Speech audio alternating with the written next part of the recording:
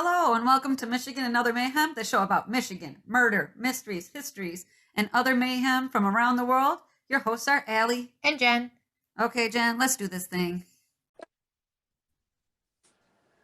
Allie. Jen. So sorry about being late. I Oh, should have that's known all when right. we got in the shower. I was like, let me just hop in the shower real quick. And then Mike was like, do you want to shave your legs? I was like, yeah, I want to shave my legs. Then I get out of the shower. I said, well, shit. Sorry. That's funny. No, fine.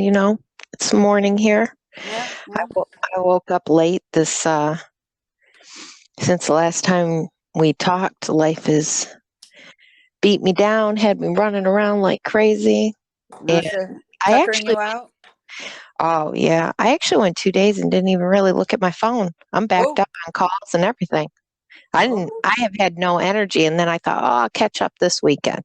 Yeah. And then obviously, I overslept my normal time and getting up at 5. True. I wake up at 7 and then I feel under the weather and I'm like, great. I'm not getting nothing done other than schoolwork. I'm not responding to anyone. Yeah. Maybe next week. Yeah. It's not happening today, folks. Right.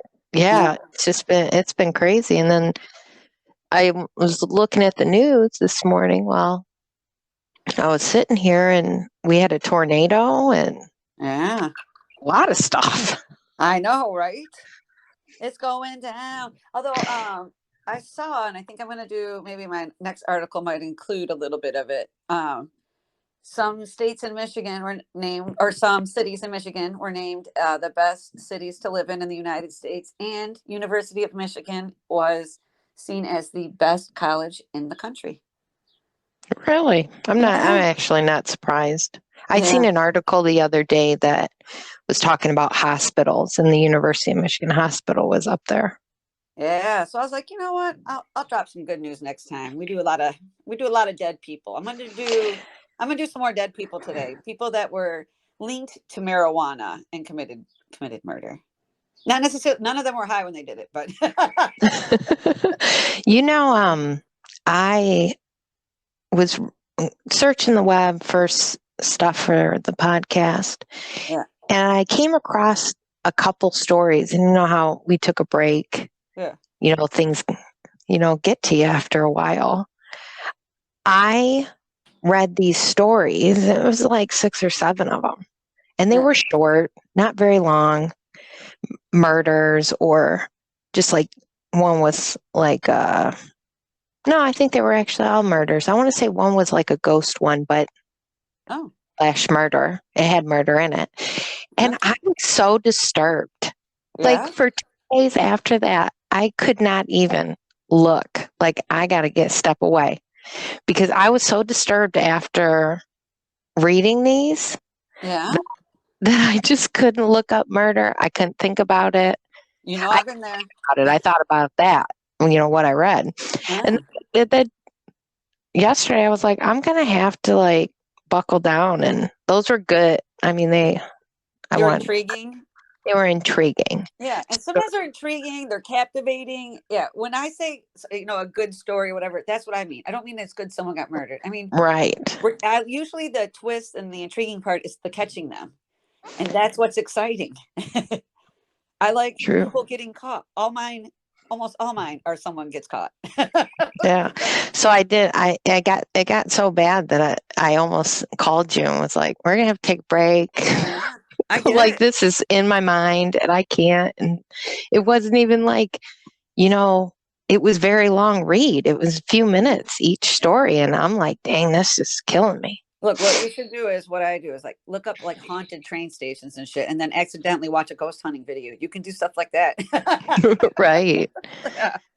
So I did find a current story actually happened in April. I think it was April, end of March, last day of March, for the murder of Alicia Jackson Skaggs. Okay.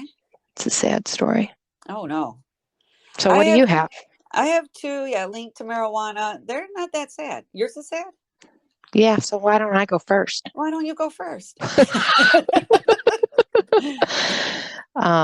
So Alicia was 20 years old when she was shot in the head Golden Corral Buffet on March 31st, Oh shit. 2022. So this year. Oh wow. It was around 7:40 p.m. and it was the Golden Corral in Genesee County. Oh wow. I know right where that is. The situation which led to her death started outside a Culver's restaurant where Alicia was in a vehicle with another person driving. So she wasn't driving, and I believe she was in the back seat from what I can gather. Okay. And then a vehicle pulled up behind her. Alicia knew the vehicle and the two people inside, who was DeAndre McLilly, age 22, and Wendy, it's not Wendy, it's Wendy with an I, Weatherford, age 47. DeAndre was her ex-boyfriend, who she had an open case against for active stalking and domestic violence. Oh shit. The driver of the vehicle, this threw me. Okay. Was his mother. So Wendy is his mother? Yeah. Okay. So we got a mother and son, and Alicia and DeAndre are exes, and she has a case against him for stalking and domestic violence. And his mom has him get in the car and they drive to a place they know she's at, or they just ran up on her on accident? I don't think this was an accident. Okay. Okay. But it could be. It's an open case. Okay. Okay. So we don't know. We have to leave it open. Leave it open. Yeah. Police told ABC 12 News that Wendy had positioned their vehicle in a way to allow DeAndre to fire 2 gunshots into the car Alicia was in. Are you fucking kidding me? No. So the mom pulls up. It gets worse. Okay. So the mom pulls up, and allegedly, the police say that she positioned her car where DeAndre could fire 2 gunshots. Jesus. The driver of the car Alicia was in fled, and a high-speed chase began between the two, going down several streets until the driver pulled into the Golden Corral, believing they had lost Wendy and DeAndre. Unfortunately, this wasn't the case. The two pulled into the parking lot, and it is said that DeAndre got out of the car and allegedly shot a few rounds into the car Alicia was in as the driver tried to get away. Are you kidding me? When trying to drive away, the driver hit the Golden Corral sign along the road. This is when the driver claimed they noticed Alicia was shot in the head. In an attempt to help her, they told police they got out of the car to get to her, and they shot at DeAndre. So this is the first time, supposedly, they shot at him. Okay. And that driver claimed that they shot twice in self-defense, as he was allegedly coming at them on foot, aiming his gun. Are you fucking kidding me? No. Is there a camera outside the Golden Corral in any way? Do they say? I was very curious. They do not. Yep, okay. They don't say, and they don't say that they had any footage from Culver's. But I'm assuming we wouldn't know that right at the moment. True. Because they were just arraigned. Okay. So, okay. The after the stop, back, he's coming across the parking lot. Person fires back. Yeah. Yeah. After the self-defense shots, the driver said DeAndre ran off. The police investigators told ABC 12 News that after DeAndre ran off, Wendy, his mother, picked him up and they headed southbound on I-75, where they were pulled over by a state trooper who was alerted to the description of the vehicle. Wow. This wasn't the end of the situation. Police said DeAndre got out of the vehicle and ran. When police caught up with him, there was a fight, and he was ultimately arrested. And after a search of their vehicle, police found 2 pistols and arrested Wendy. DeAndre is facing several counts of assault with intent to murder, first-degree murder, stalking, domestic violence, and other weapon charges. I believe his total charge count is 26, while Wendy is facing about 20 charges, which include first-degree murder, multiple counts of assault with intent to murder, and other weapon charges. Alicia. Okay, I'm going to say here. I have no idea what those 2 were thinking was going to happen after this. Like, what did you think was going to happen to you when you killed her? Like, what? First of all, like, why would you motivate to kill her because she broke up with you? Is that the thing? And then, what did you think was going to happen to you afterwards? Didn't you guys realize that you were both going to jail? Right. And not to be mean, but who's going to put money on your books if you're both in jail? I can't even imagine like doing something like this. I couldn't either. Like my kid says, daughter. you know. Yeah, not that much. Yeah. I mean, I love her so much. But if she tried this bullshit, I would not be behind her. No. Right.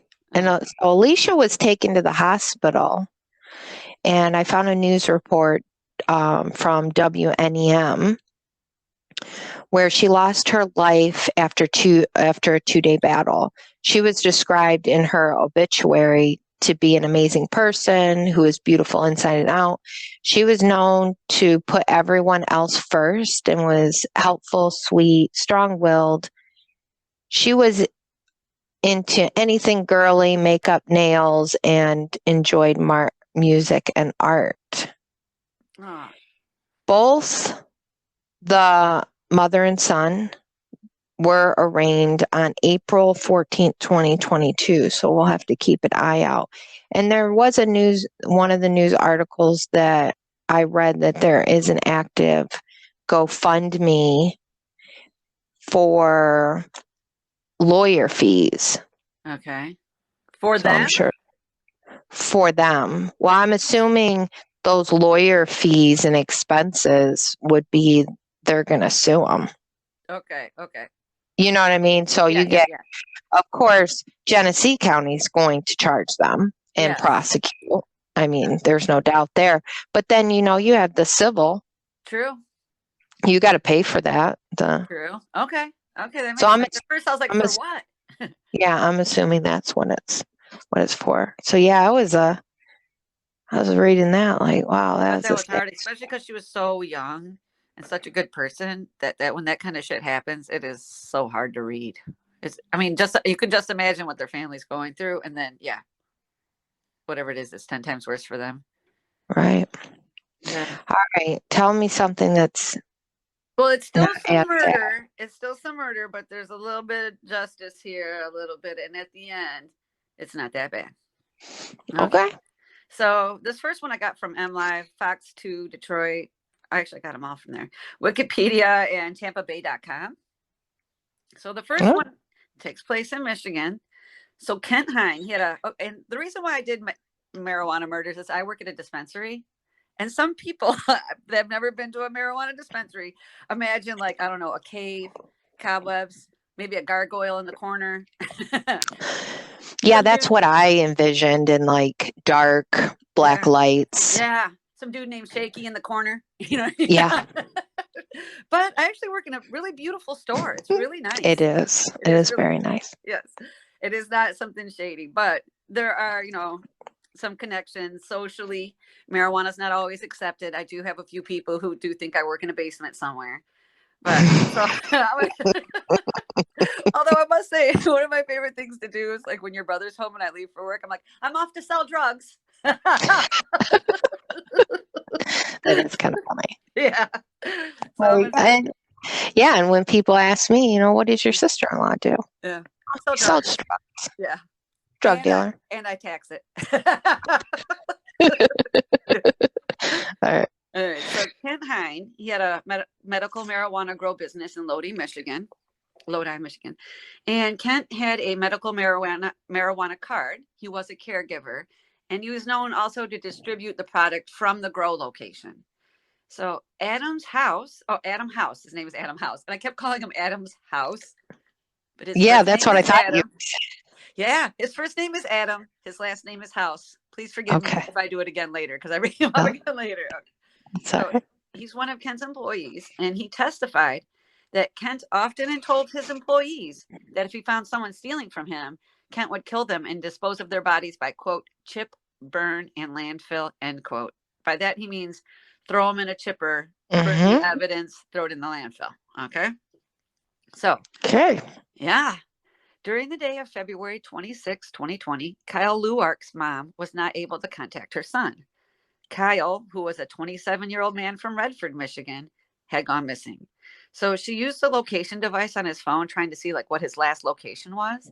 And when she goes to that location, she tries to look around the property, and this dude like opens the door and begins to fire a gun at her.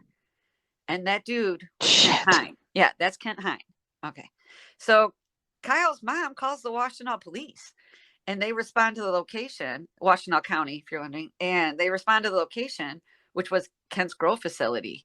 That was the last location that Kyle had been at, according to his phone. So while talking to them, Kent told them, while talking to the cops, told them he had shot an intruder hours earlier in self-defense. He then took them to the body of the dead man. He then took the body of the dead man off the Grove property and brought it to his house, which is the property next door. So he kills Kyle on the property, takes it to his house next door. Then he places the body on a burn pile that he already had. He adds log and diesel fuel and then sets it on fire. But what is one thing we know about human bodies and burning? Like, it's hard. Yeah, it's hard. We have a lot of water. Yeah, we've got a lot of water. We got a high fat content. We're hard to bind. We're hard to burn. So the police were able to find easily the remains in the fire pit. Now, originally, Kent was charged with mutilation, disinterment, and concealing the death of a person. So then the police subpoena the video because he has multiple cameras all over the property. And they also asked for his personal computer. So Kent Hine, it's then established in the early morning hours of the 26th, Kyle Luark and his longtime friend Michael Battle entered Kent's property. At 4 o'clock in the morning, they tried to steal a 10-pound bag of marijuana. Kent Hine sees this on the camera, grabs his illegally owned short barrel shotgun when he's alerted to the break-in, right? Sneaks around the property with a thermal imaging lens until he's on top of them. He startles Kyle and then shoots him. And then once Kyle falls to the ground, Ken walks up on him, shoots him several more times. The autopsy reveals that Ken was struck by several metal projectiles, and at least 3 of them were fatal, or possibly fatal. One went through his heart. Ken uses a lift then to move Kyle's body to his home, where then he tries to burn him. The next morning, before Kyle's mom shows up, Kent Hine shows his employee, Adam House, where the altercation took place. He shows him like, here, and this is where in the building they tried to get in, and here's where I got them. And then shows Adam the surveillance video of the 2 men on the property, but he stops it before the shooting happens. So Adam doesn't actually see. And then a few weeks later, Adam just quits. Like, this shit's crazy, right? I would have quit right then. Right? No, I'd have been afraid of him. He does have guns and a willingness to use them. And he just killed someone less than 24 hours ago. True. I'd be like, cool. I'm going to be over here. And when I punch out later, I'll see you tomorrow. So, yeah, after reviewing the video, the police then decide to charge Kent Hines with 1 count of open murder, possession of a legal firearm, felony firearms, and concealing the death of an individual, and disinterment and mutilation of a dead body. On June 30th, 2021, Kent had his preliminary hearing and was still free on $850,000 bond. So he's not even in jail, right? The court date had been originally set for March of 2021, but Kent's attorneys had requested an extension. Now, I would be able to tell you why the extension, but I couldn't get the article to load, so I don't know why they got the extension.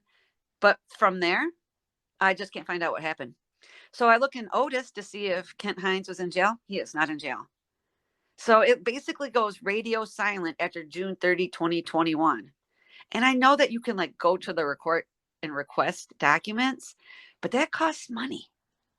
So I'm just like, Well, you have to remember, and I think we talked about this in an earlier podcast, where I did find that I don't know how, I don't remember how I know this, but I remember knowing it, that everything's like a year out, if not more, 6 months to a year. So true. because of COVID, everything's backed up. So he could still just be free. True. Okay, I'll keep on this one then. Yeah, so you'll have to keep on it, because I think there was one, I think it was one case I was looking at or something that I found that out. Like, there's these people that have cases open since COVID 2020. Oh, shit. And Okay. they're, to get a court date is a year or so down the road. Oh, okay. So I think that's probably what you ran into. Yeah. You know, And he probably is still waiting. Right. And this is an eye opener, because, people be like, I'll kill that person. Let somebody come in here. I'll kill him. And you just think that's what they're saying. Right. They're not going to do that. And that dude really, he's stuck with it. He meant what he said. Like, he followed through 100%. Yeah. Now, this next one is a more famous one. So it is a 1930s death. The Licata family lived in Ybor, which is in Tampa, Florida, in the 1930s. So Michael, the father, was 44 years old, and he owned 2 barber shops. And their family did really well financially, but they did have like internal struggles, right? The 2 parents, Michael, 47, and Rosalia, 44, were first cousins. And mental illness ran on both sides of their family. So one of their sons had been diagnosed with schizophrenia. A grand uncle and 2 cousins were institutionalized with mental illness. And in 1932, the Licata parents had filed a petition against their son, Victor, for institutionalization, but then they later withdrew it.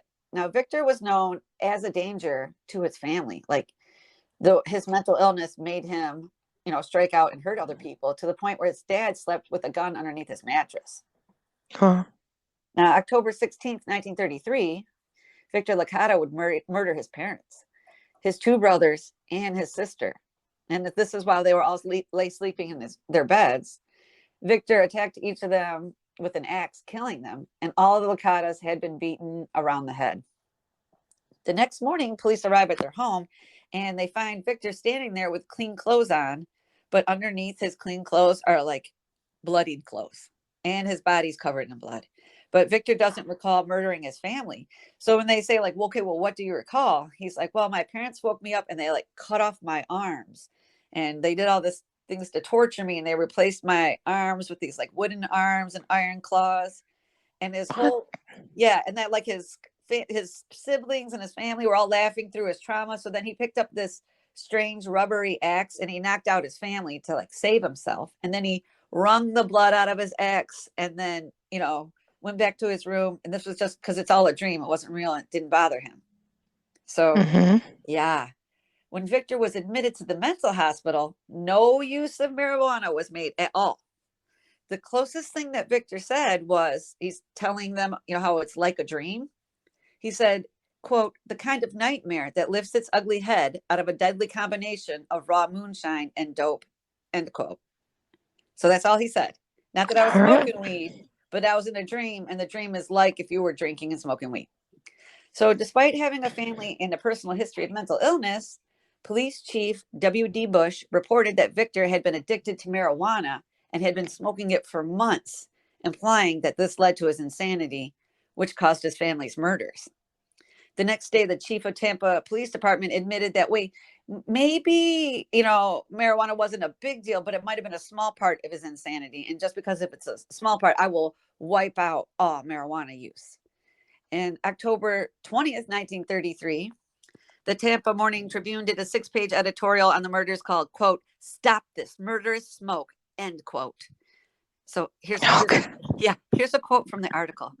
It may or may not be wholly true that the pernicious marijuana cigarette is responsible for the murderous mania of a Tampa young man and the exterminating all the members of his family within his reach. But whether or not the poisonous, mind-wrecking weed is mainly accountable for the tragedy, its sale should not be, nor never have been permitted here or anywhere else. End quote. That's good. Yeah. They were really mad at weed. And this is the crime that helped inspire an anti-marijuana movie called Reefer Madness that came out in 1936. Have you ever seen it? No. Okay, Where is it at? Is it on YouTube? You can find it, yeah. Now, my sister Cassie used to own like the DVD of it. And what happened is one day her apartment burnt down, and I was like, "Was Reefer Madness in there?" And she was like, "Yeah." And it was a bummer. So it came out, and basically the movie suggests that it's crazy. You have to watch it. It's an old black and white movie, but it suggests that if you smoke marijuana, you may commit suicide, rape, murder, promiscuous sex, all sorts of terrible things. It was originally called, quote, "Tell Your Children," end quote. Yeah. So that's not the end of Victor's story, actually. Victor was sent to a mental institution for the criminally insane. I mean, obviously he's insane, right? October 15th, 1945, he escapes. And he managed to remain unfound by authorities for 5 years. And in August of 1950, he came by a restaurant that's owned by his cousin and explained that he's looking for work. So his cousin's like, okay, they spent some time. And he's like, come back in a couple of days. And Victor's like, oh, okay. And he comes back and the cops are there. So he's arrested again and he's taken to the Rayford prison in Florida. And months later, while still there, he commits suicide.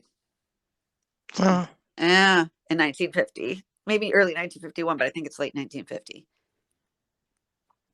Yeah, so they said, he mentioned that he murdered his parents. It was like a dream, and like, marijuana was involved.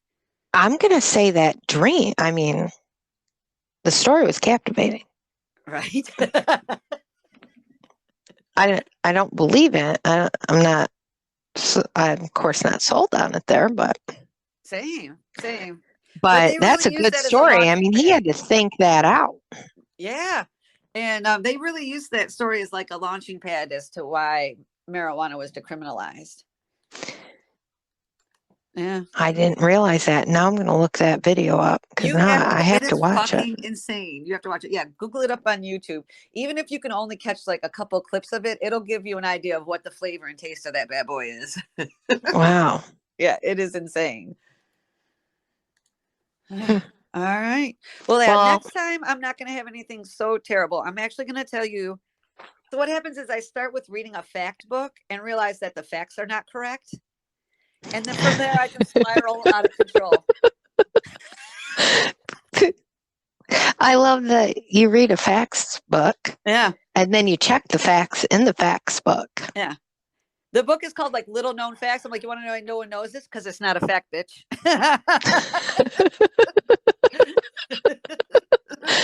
Well, I always fly on the seat of my pants most of the time.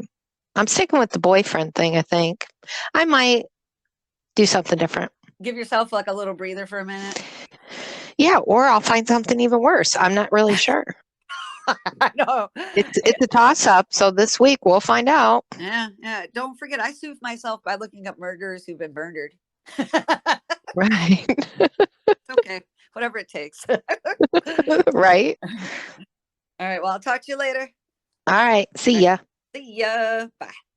Bye.